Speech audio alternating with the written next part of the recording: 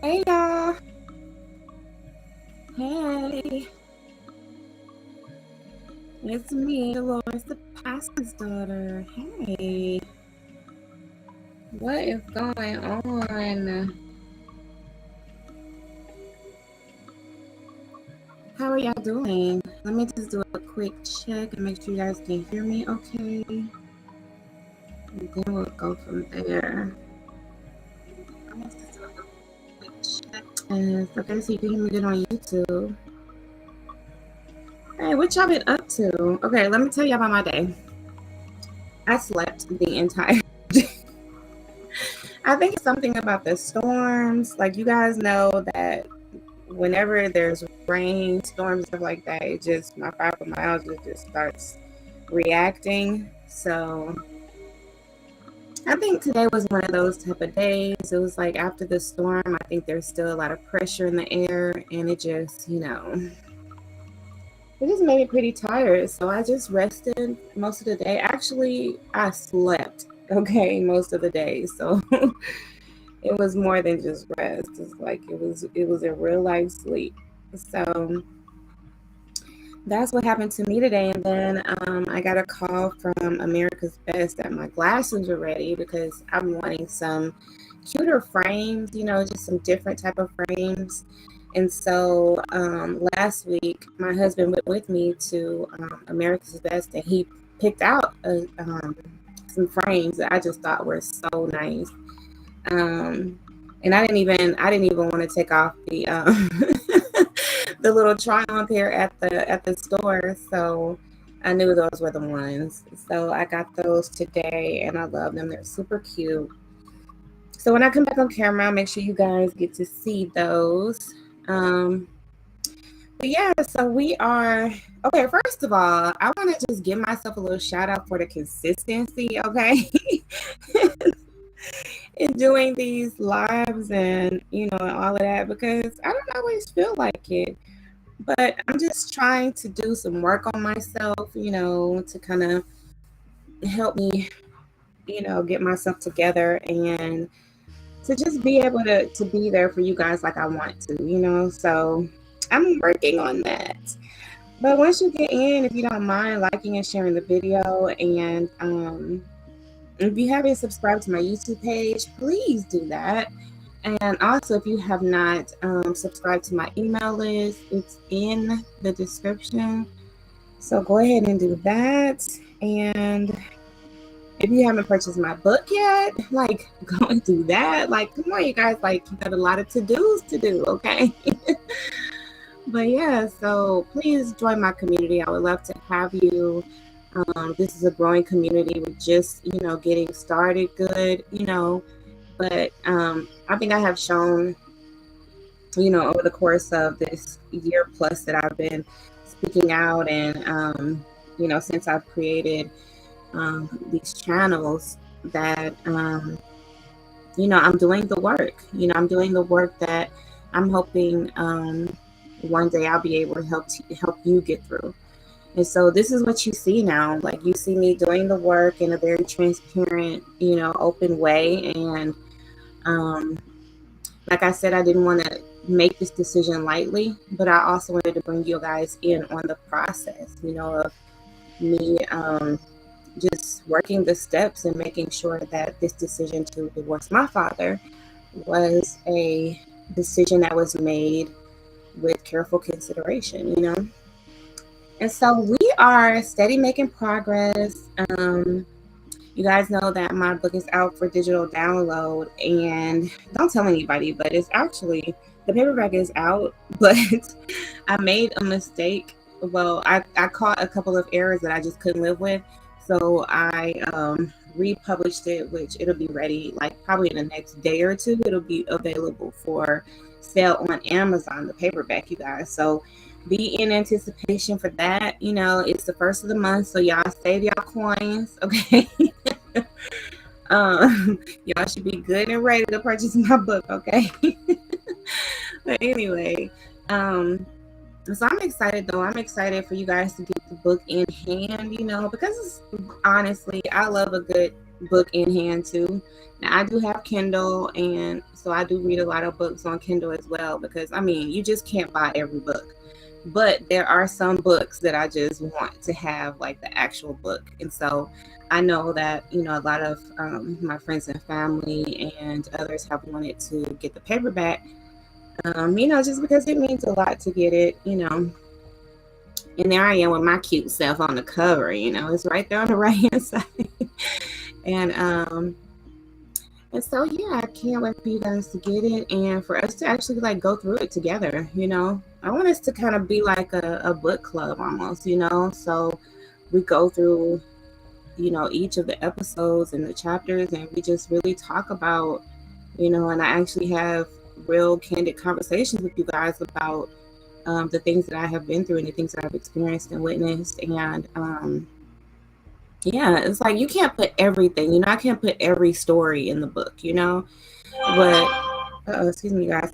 But I would definitely love to like, talk to you guys about some stories, especially like if you find something interesting in the book that I couldn't go into detail on, in the book, I'd love to, talk about it in video and during these live broadcasts, and we can actually have a dialogue about it. And you guys know, if you've been watching my videos, that I've dropped the link and allow people to come on the panel and talk to me. And I encourage you guys to do that too. As time progresses, I know that you'll become more and more comfortable doing that. And so, you know, I'm definitely patient and just anxiously awaiting for you guys to actually engage with me and get on the panel and actually have really candid conversations about these things that we are seeing, go on within our families, within our relationships, within the church. And so, yeah, I'm excited about that. But so today we are on chapter 6 of the book Divorcing a Parent by Beverly Engel. He is a licensed marriage and family therapist who found herself having to make this very decision herself, with her mother and their relationship. And so I found it, amazing that she was 41 when she made a decision to divorce her mother. And here I am today, 41, and I am embarking on the same decision. And so I just, really feel like this was a divine find, discovering this book. It had went out of print for a while. She wrote it it came out in 1990 when I was 10 years old, you guys. And what was I 10 years old then? Yeah, wow. Came out in 1990 when I was 10 years old. And it was she did a reprint it went back into print in 2014. And so here I am in 2022, reading this book, and sharing, its contents with you guys and working through the process myself and just, sharing all of that with you guys. So I just think that that's, amazing when you think about the timeline even.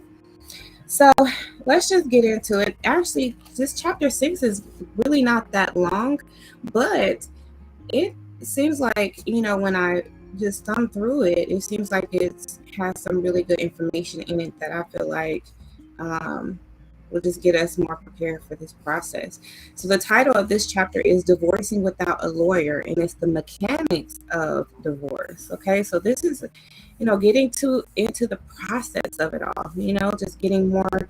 So we've already talked about, the kind of like the core work that needed to be done, to prepare us for this decision.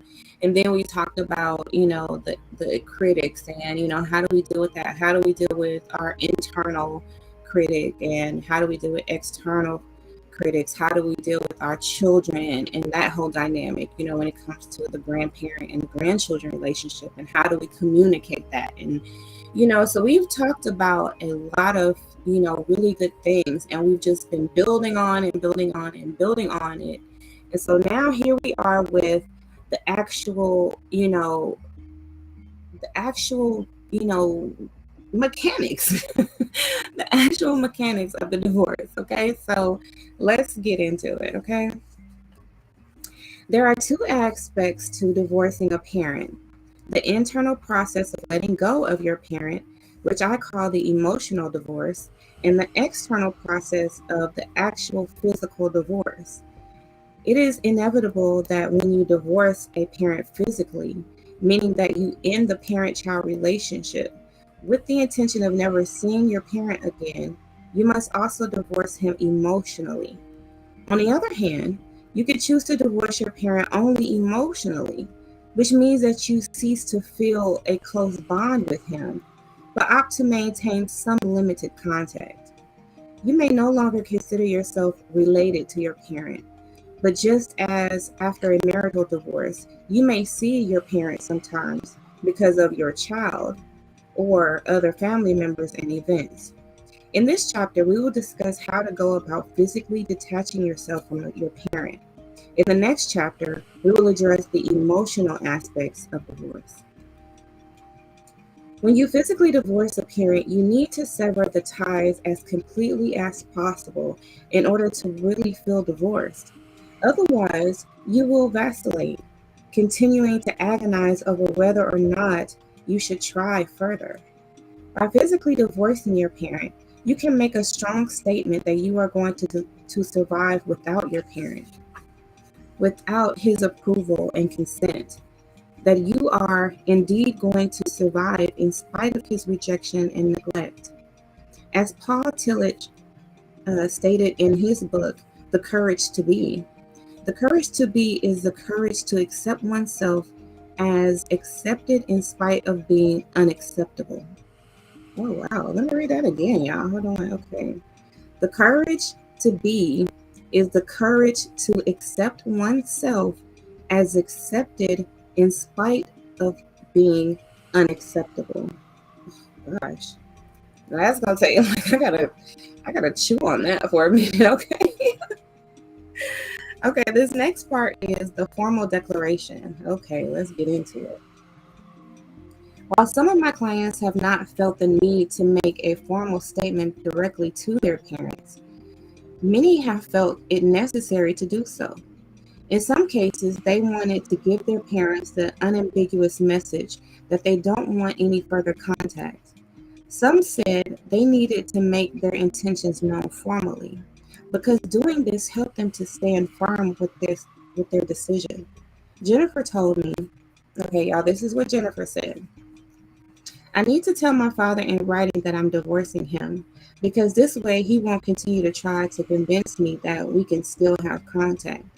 Otherwise, I know I will continue to back down each time he turns on the old charm. This way, he'll know I mean business, and he may be more inclined to stop harassing me so much. Putting it in writing will also help me feel stronger in my conviction to stay away from him. Okay, that's what Jennifer said. Okay, this is what Karen said. Karen went a step further, and she said, I wrote my dad a letter telling him I was divorcing him. Then I changed my phone number and got an unlisted one. I felt finished with him, and I didn't want to risk having him call out of the blue, wanting to discuss it further. I'm glad I did, because I hear from my sister that he did try to call and wasn't raised that I had changed my number. He sent me a letter, but that was no problem. I just sent it back unopened. Okay, I like it. Let me continue.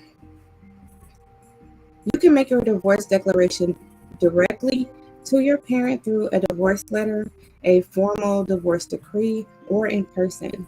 The most common way adult children tell their parents of their intention to divorce them is through a divorce letter.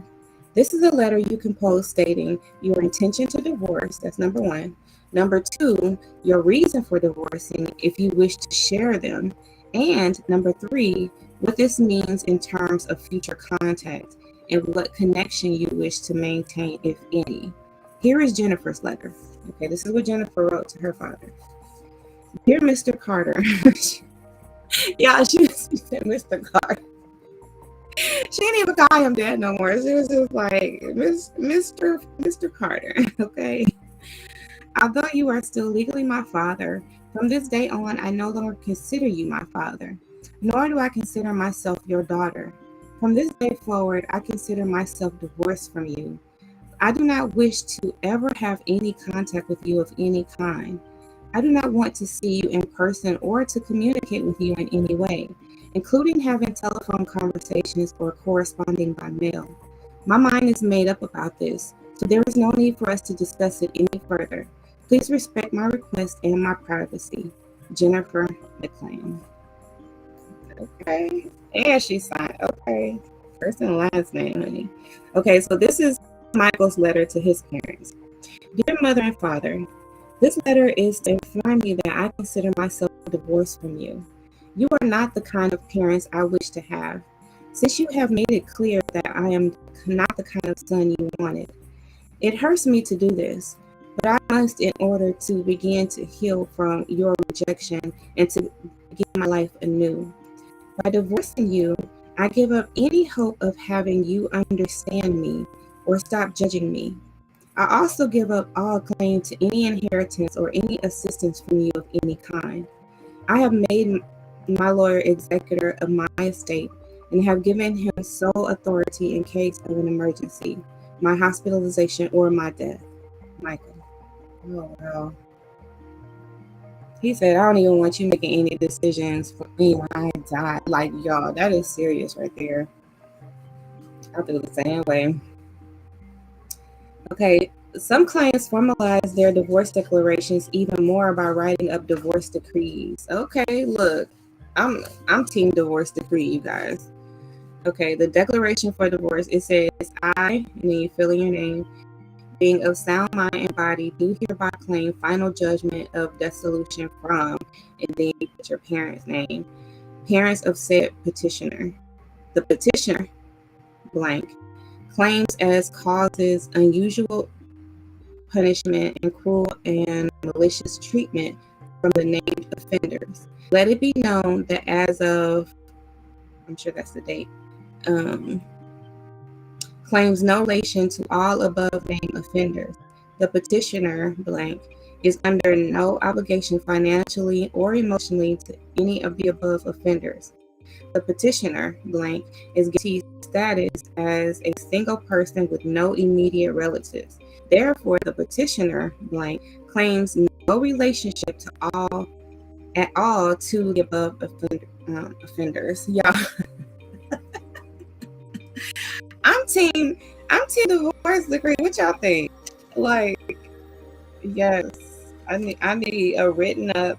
I need the whole thing. You know, that's why I was telling y'all. Like, I want a whole like divorce proceeding. Like, I want a trial. You know, like I'm serious about that.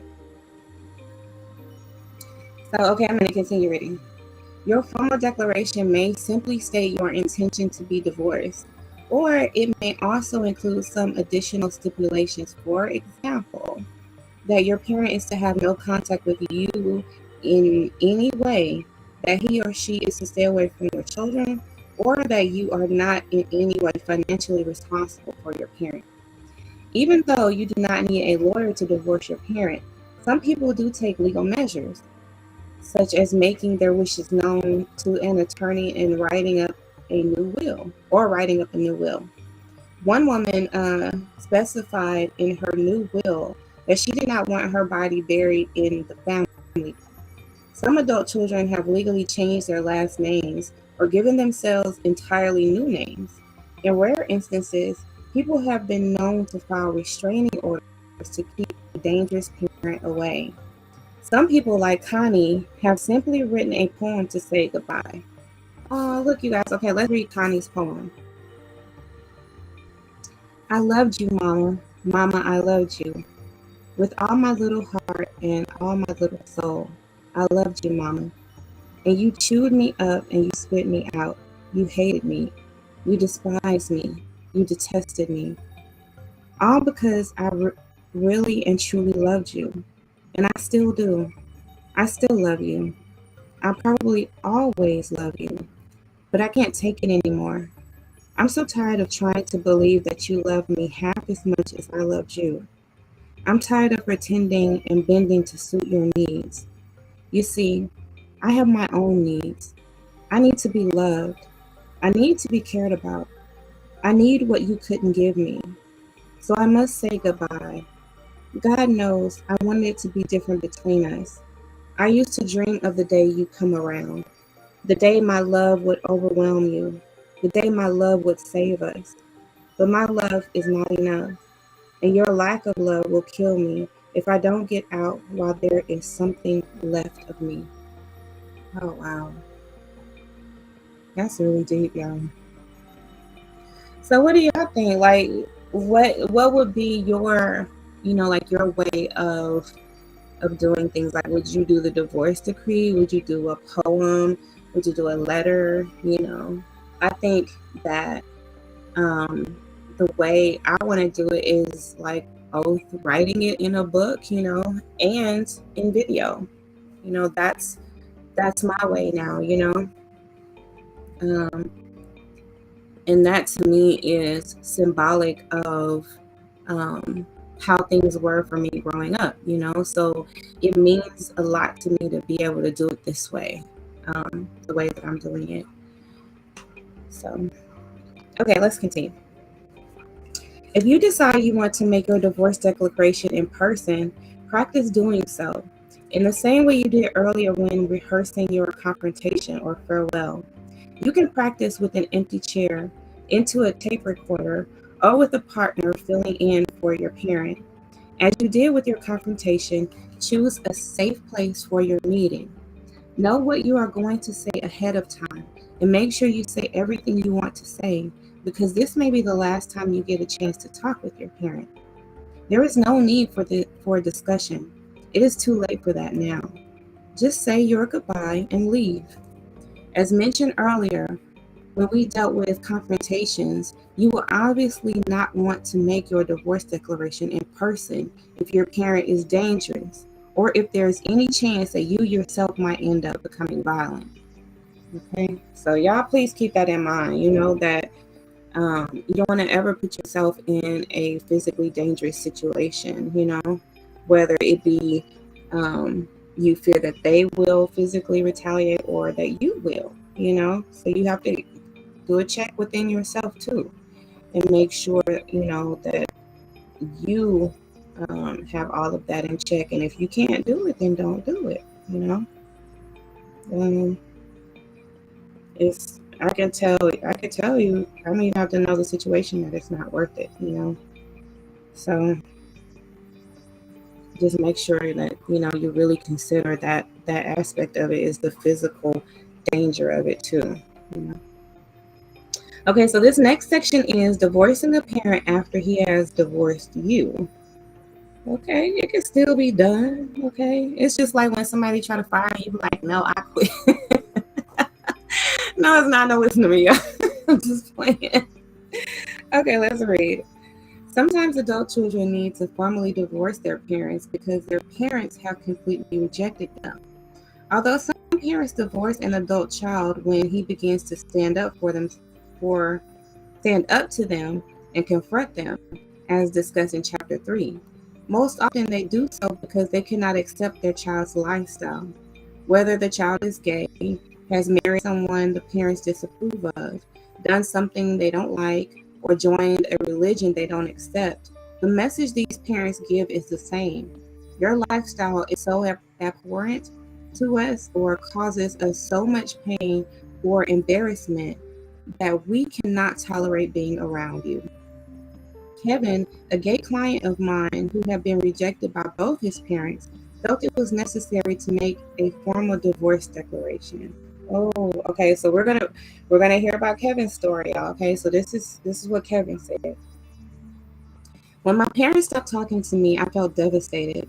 I felt like the scum of the earth because my own parents had told me I repulsed them. Divorcing them formally was the best thing I could have done for myself, because by doing so, I was making a statement that I was no longer going to be a victim. I was finished with sitting around hoping against hope that someday they might love me for who I am. And I was also no longer going to be a victim of their narrow minded thinking.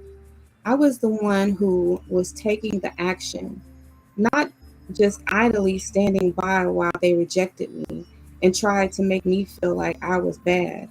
I took a lot of it took a lot of courage on my part to write it down and mail it to them, but I felt great afterward. I felt incredibly powerful, like I now owned my own power and had taken back my life. Wow, that's good. These stories are really empowering, you guys. I hope that these stories, will, um, is give you as much hope, as I hope my story is too. So, guys, I have to go and get my book, and let me know when you get it, okay? Because we gotta talk, okay? We have to talk about this. Okay, so let's keep reading. Sarah's father was a minister in a fundamentalist church. All of Sarah's life, he had warned her about the sins of drinking, dancing, and wearing makeup, all of which would lead to the biggest sin, fornication. When Sarah started high school, she found that she felt more and more isolated because of her family's rigid beliefs. She started putting on makeup in the girls' bathroom at school and then taking it off before she left for home. Once her father forbade her to go to school dances, she started lying to him and telling him she was at a friend's house while she went to the dances. Because her father refused to let her date, she started sneaking off to the girls' gym to neck to neck with boys during and after the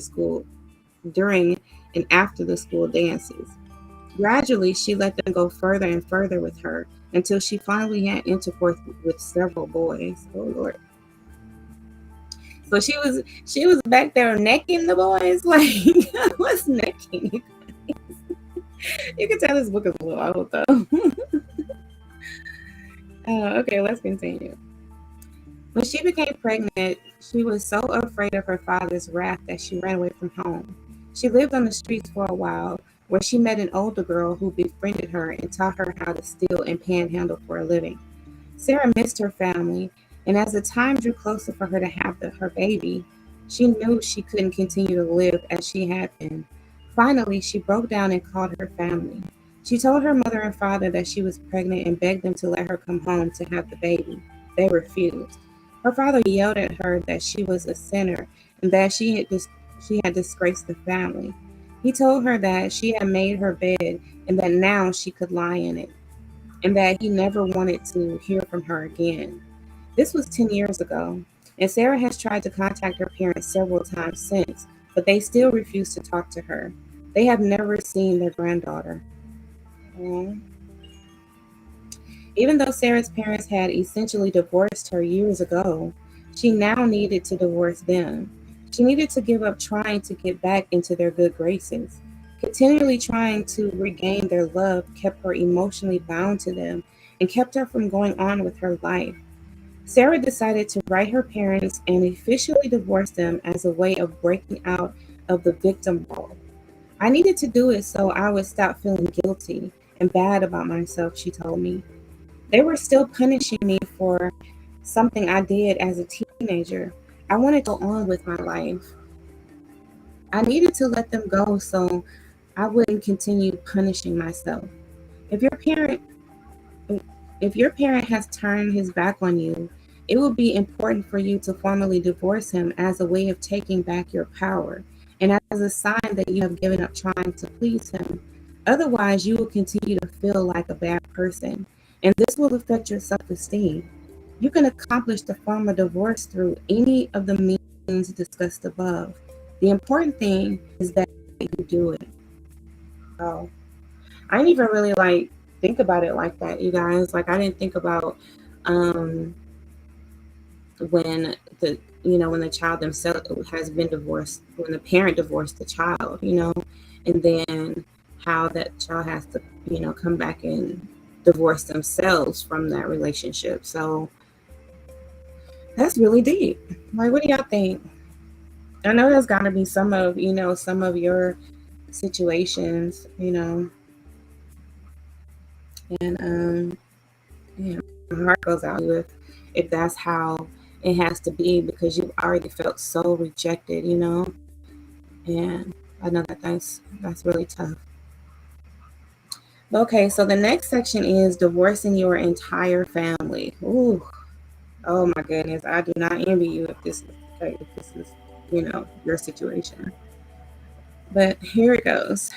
Some adult children are faced with the difficult task of not only severing all ties with one or both parents, but of stopping all contact with their siblings, grandparents, and all other members of their family origin. This decision is based on their awareness that the entire family is severely dysfunctional, and that the only way to be healthy is to break away from the family altogether. Those who have children often realize that no one in their family is healthy enough for their children to be around. The abuse, alcoholism, neglect,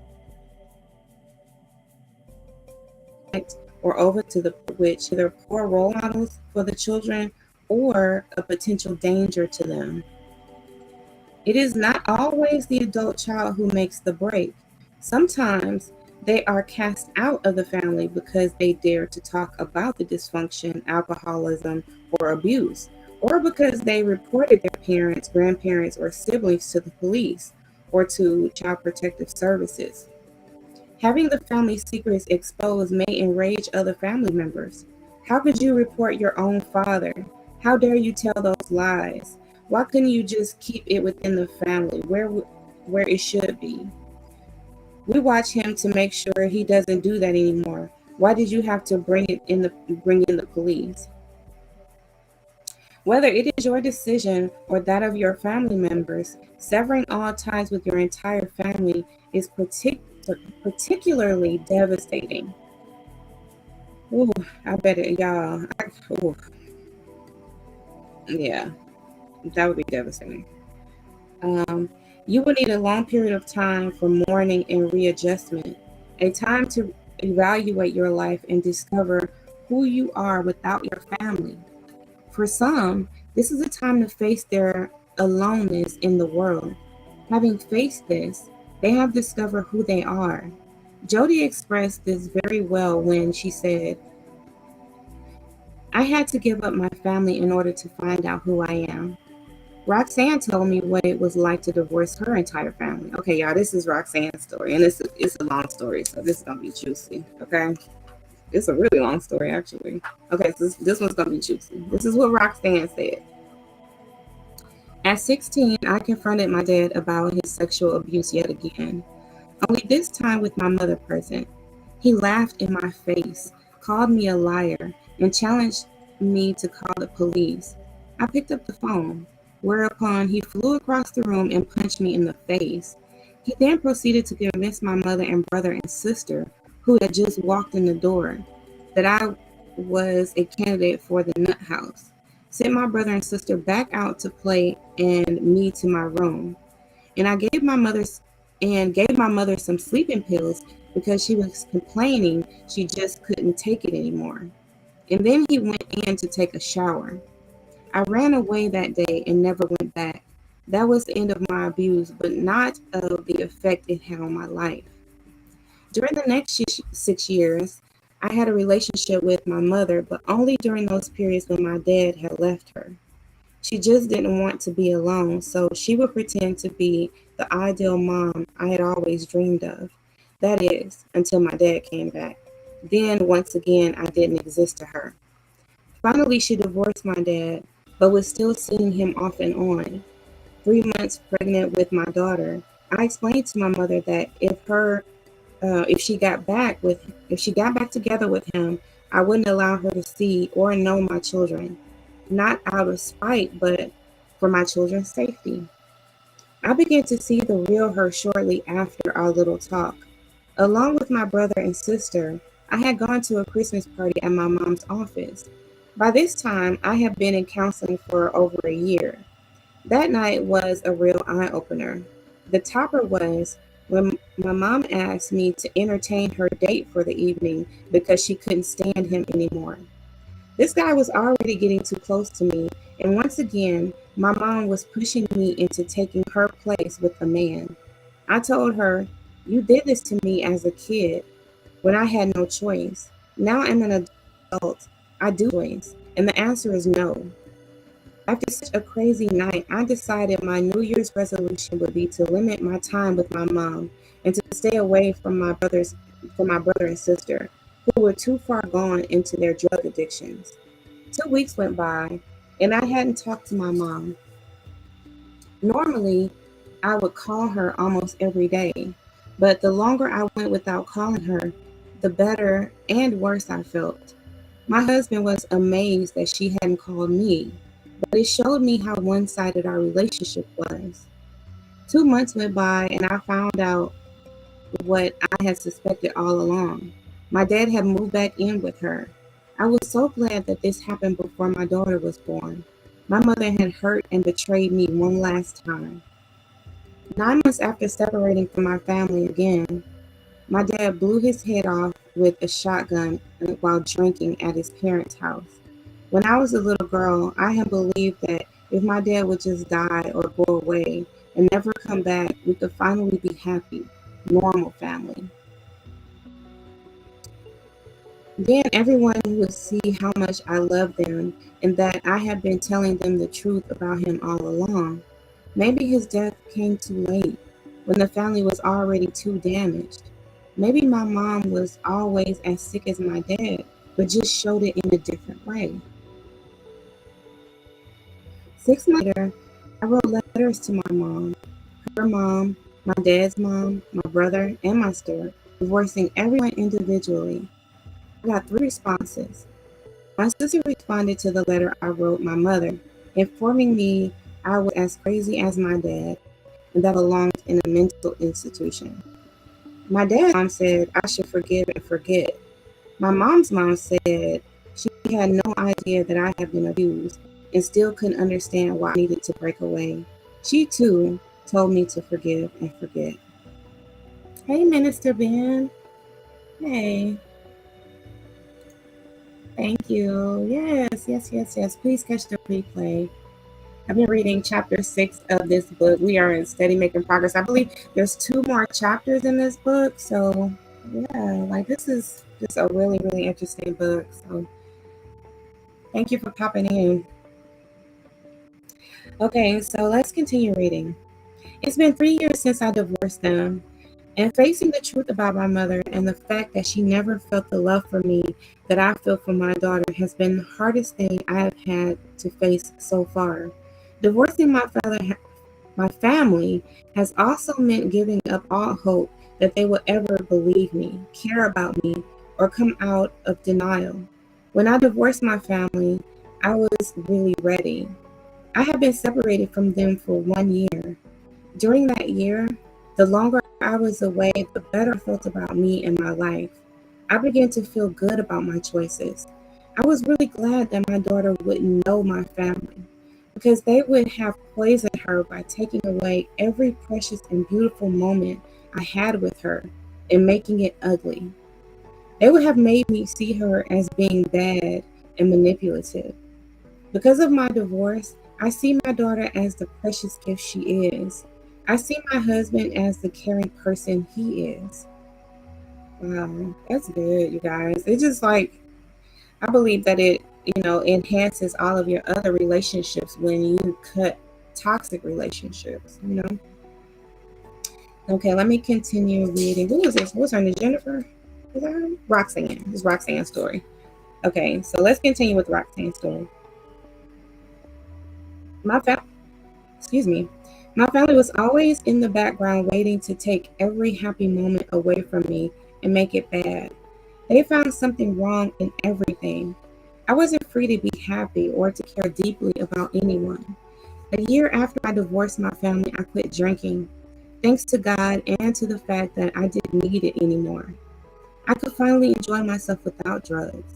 I was also free to face the feelings of my childhood and the memories of who these people really were and of how they had treated me as a child. I had a lot of anger, especially towards my mother, that I couldn't get in touch with when I was around her. There is so much freedom with divorcing my family, but there is pain too. The pain that that they are never going to believe me, never going to get help, never going to love me the way I deserve to be loved. And there is the pain that my children won't have any grandparents to love and cherish them. The pain is there, as sometimes more than others. But so is the freedom to live my own life and to be happy, to make my own decisions, and to really be able to love my children and protect them without someone in my family telling me I'm doing it all wrong, I'm making a big mistake, or that I'm being overprotective. Um, so that was Roxanne's story, you guys.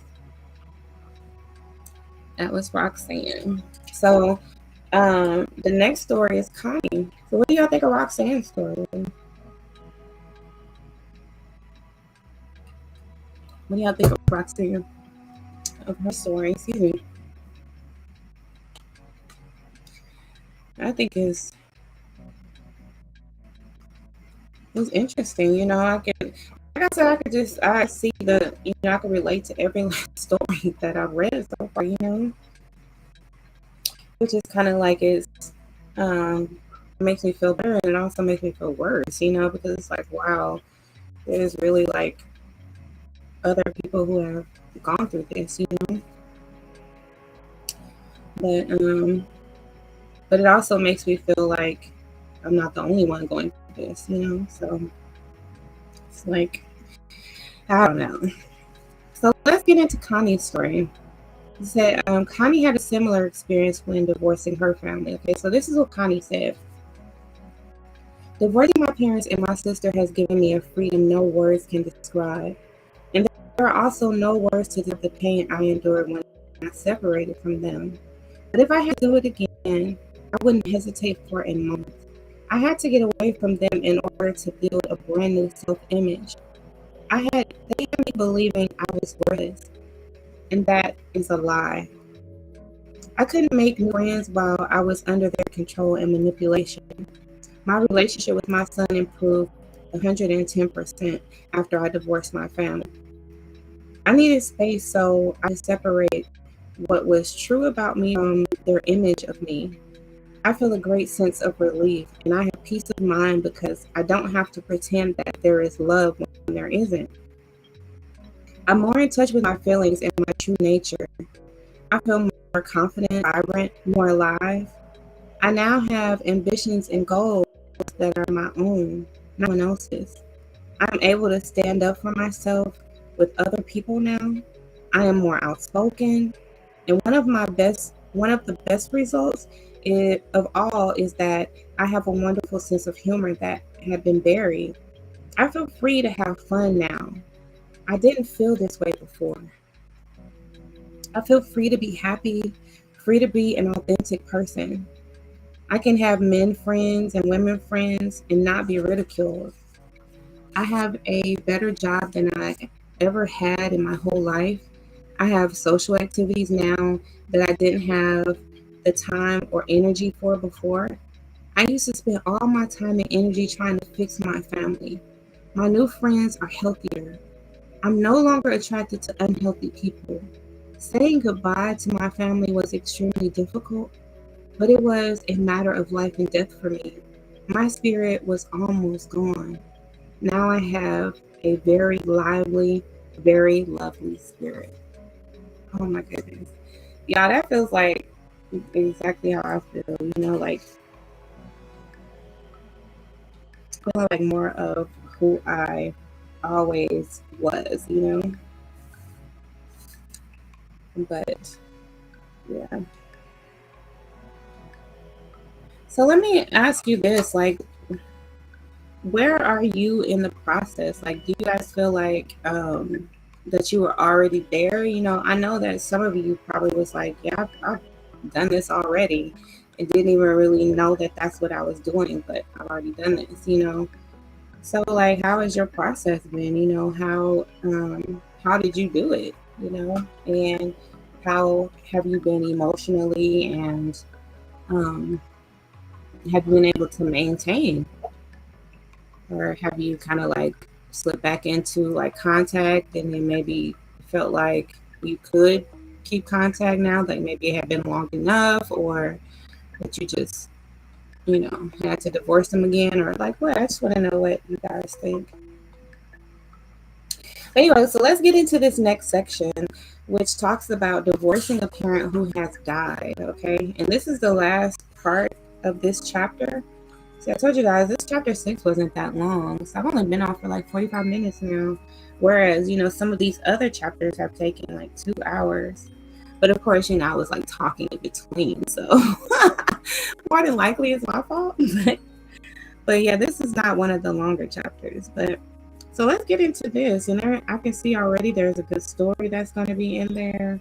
So yeah, let's go ahead and get into it. Divorcing a parent who had died. Just because your parent is dead does not mean that you may not need to divorce him. Jean's father died before she could divorce him, so she had to do it after his death. She did it by actually going to his gravesite and having an imaginary conversation with him. She told him she was divorcing him and explained to him why she was doing it. She told him how he had hurt her and damaged her life, and that she had always been afraid of him. Afraid, in fact, that she wasn't able to divorce him until after he died. Even though her father was obviously already out of her life, the act of divorcing him was incredibly empowering for Jean. She didn't want her father to have any hold on her, not even in his death. And this is what Jean said. It feels entirely different to have a parent out of your life because he is dead, rather than because you have chosen to divorce him. In some ways, it felt like a dirty trick to me that my father died before I was ready to confront him. It took away all my power, because even if you don't love someone, you feel a sense of helplessness and hopelessness with the act of death itself. But by divorcing him, I feel back in control. In a funny way, made it my choice. So that's really interesting. That is really interesting. And see, I wonder if any of you like kind of, are feeling that way, like, you still have trauma that is tied to your parent, but your parent has passed away. And it's almost like you feel like, okay, well, since they're dead, then so is the trauma. So was that whole childhood experience. But you still find that it creeps up here and there. Maybe that this is something that you need to do, that you may need to consider, is having a divorce, so that you can actually cut ties with the trauma that is attached to that person. And sometimes people die, and just because they're dead doesn't mean that the trauma has actually died within you too. That could still be very much alive.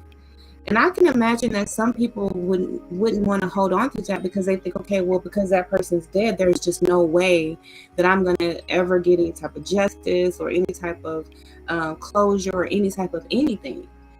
But this is pretty much, from what I'm reading, this is saying that there is a way to kind of gain that closure and take your power back, even if your parent has passed away, before you could, divorce them, or before you could confront them about divorcing them.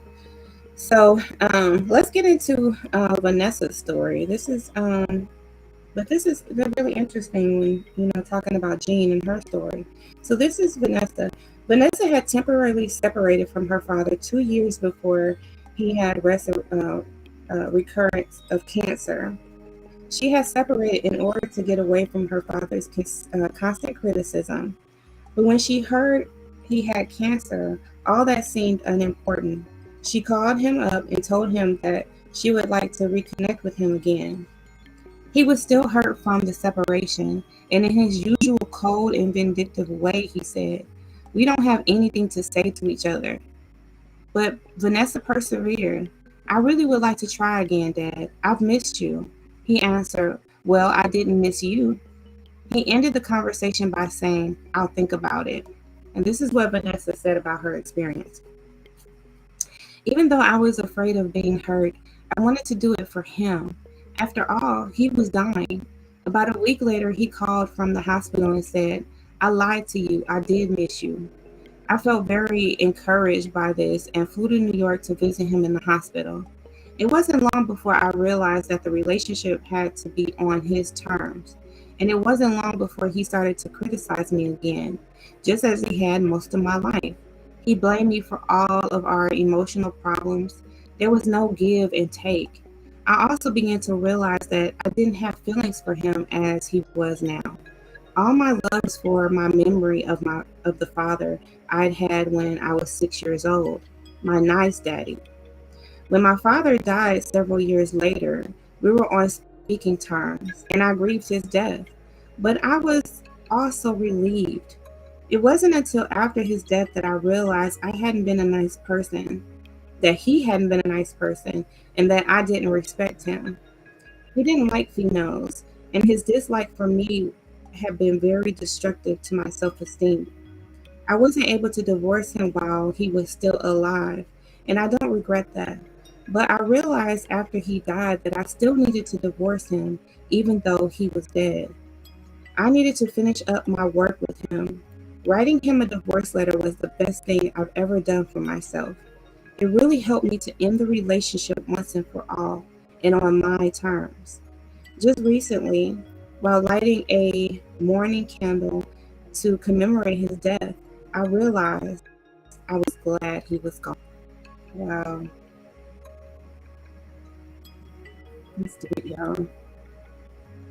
Can you imagine like being glad that your parent has gone, they passed away? Wow. I just, that just is, that's something there, it's really something. Okay, let's continue. We're actually almost done with this. I just got 2 more paragraphs. There are several ways that you can divorce a dead parent. Some Gene side divorce rituals by reading a divorce decree or divorce letter aloud to a parent's grave. This is giving them the sense of actually talking to their parent. Others have role played, talking out loud to an empty chair, to a picture of their deceased parent, or to someone who was willing to take the role of the parent. As difficult as it may have been to work up to, divorcing your parent physically is soon over. The emotional side of your divorce will take time and will in part involve mourning the loss of your parent, the process that will be discussed in detail in the next chapter. Ooh. So this is a lot, you guys. But like I said, it just seems like it prepares you for every scenario that you may face. When embarking on this decision. And so, like I said, like, what do you think of their stories? And like how, if you've done this, then I'd love to hear from you first of all. Okay, like if you've already done this, I'd like to know your thoughts on it. So yeah, shoot me an email at thepastorsdaughter20@gmail.com, thepastorsdaughter20@gmail.com. And yeah, like tell me about it. The email is right there on the bottom of the screen. So yeah, I would love to hear your experience. And if you are thinking about doing this, then yeah, shoot me an email and let me know. Where are you in the process? Do you feel like you would want to do like a formal divorce decree? Are you going to the extremes that I'm going to and thinking that, hey, I want to have a trial, I want to have a divorce proceeding, or, like that's where my mindset is right now, So I'd like to know your thoughts too. And yeah, we could share, just share stories and empower each other throughout this process. So yeah, if you have not grabbed my book yet, like go and get it. Go get it. Okay, just like Mary said, go get your blessing.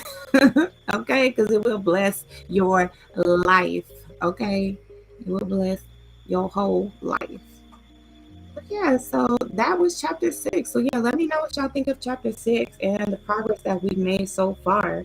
The next chapter, chapter 7, gets into letting go, the process of um, emotional divorce, because you know that there's an emotional part of it too that, sometimes can really take a toll on us if we're not really watching it. It's, just important to check in with ourselves and kind of know what to anticipate so that we can do what's necessary to mitigate the worst case scenarios, or just be prepared for them, or whatever the case may be. So yeah, I'm excited, you guys. I'm excited that we're steady making progress, and that we are doing working the steps, working the steps.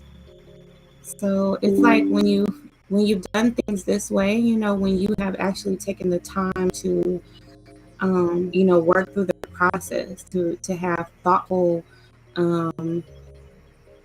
a thoughtful decision making process. You've carefully considered everything, then you can be sure that your decision is a lasting one, that it's one that's been made with all the information that you could possibly have, being as prepared as you possibly can be, just as an act of self-love and self-care. And we definitely don't want to go back. We don't want to go back into these toxic situations. So if we've done the work, we've actually worked through the process, then we know that these are lasting changes, And if we find ourselves reconciling, then we know that we've thought everything through, that we're not making this decision because of fear, because of coercion, because of control or manipulation. We could still make whatever choice we make will be made thoughtfully, okay? And not with any type of pressure. So yeah, so I'm gonna let y'all go, and then do some other things. Like I told y'all, don't tell nobody, but the book is already the paperback is out. But I found 3 errors, okay, and I just couldn't live with them, so I re-uploaded the book, the paperback. So it'll be ready like in another day or two. Give it another day or two, and of course I'm gonna let you know. If you have not signed up for my email list, do that, okay? And then you can sign up for my text messages, okay? So you can get text messages too if that's how you communicate. You'll As soon as you sign up, you get a text message from me, from my business line, saying, "Hey, opt in," okay? And so as soon as you get that opt in, you guys, like, you got to take the necessary steps, people, okay? So go ahead and opt in, and then as soon as the corrected version is out, then I will let you know, okay? And I'll be like, go get it, go get it, go get your blessing. Okay. You better know it, honey. All right, I love y'all. You are important to me. I need you to survive. Bye, y'all.